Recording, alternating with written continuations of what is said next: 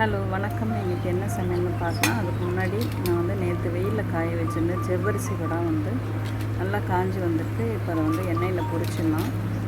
எண்ணெய் வந்து கடலெண்ணெய் அடுப்பில் வச்சுருக்கேன். நல்லா காஞ்சிட்டு இதை வந்து ஜவ்வரிசி வடத்தை சேர்த்து வச்சுக்கலாம். நல்லா ஜவ்வரிசி வடை பொரிஞ்சு வந்துட்டு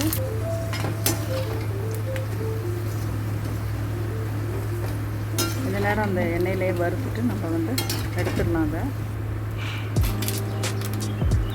கொஞ்சம் ஜவ்வரிசி வடை இருக்குது, அதையும் சேர்த்து வச்சுக்கலாம். நல்லா பொரியட்டு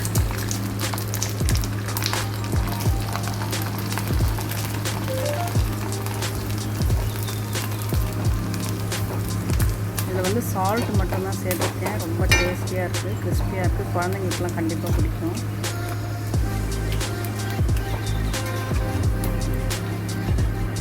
இது ஆக்சுவலாக என்னோடய டாட்டருக்கு ரொம்ப பிடிக்கும் ஜவ்வரிசி வடை. இது வந்து ஆனியன் வடை, சின்ன வெங்காயம் போட்டு பண்ணின ஆனியன் வடை.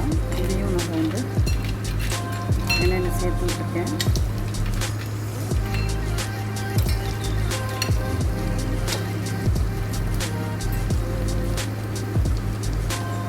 இது கொஞ்சம் நல்லா பொரிய விட்டுட்டு டார்க் ப்ரௌனாக வந்தவுடனே எடுக்கணும்.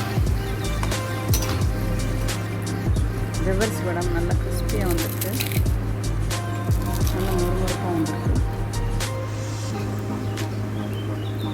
சின்ன வெங்காய வடை நல்லா ப்ரௌனாக இருக்குது. இது வந்து இன்றைக்கி சமையல் வந்து ஆக்சுவலாக வந்து மாங்காய் தொக்கு சாதம், கருணைக்கிழங்கு வறுவல், தயிர் சாதம். ரொம்ப சிம்பிளான சமையல் தான். இது வந்து பலாக்கொட்டை இருந்தது, அதை வந்து அப்படியே எண்ணெயில் பொரிச்சிட்டு அதில் வந்து மிளகாத்தூள் உப்பு போட்டு வச்சுருக்கேன்.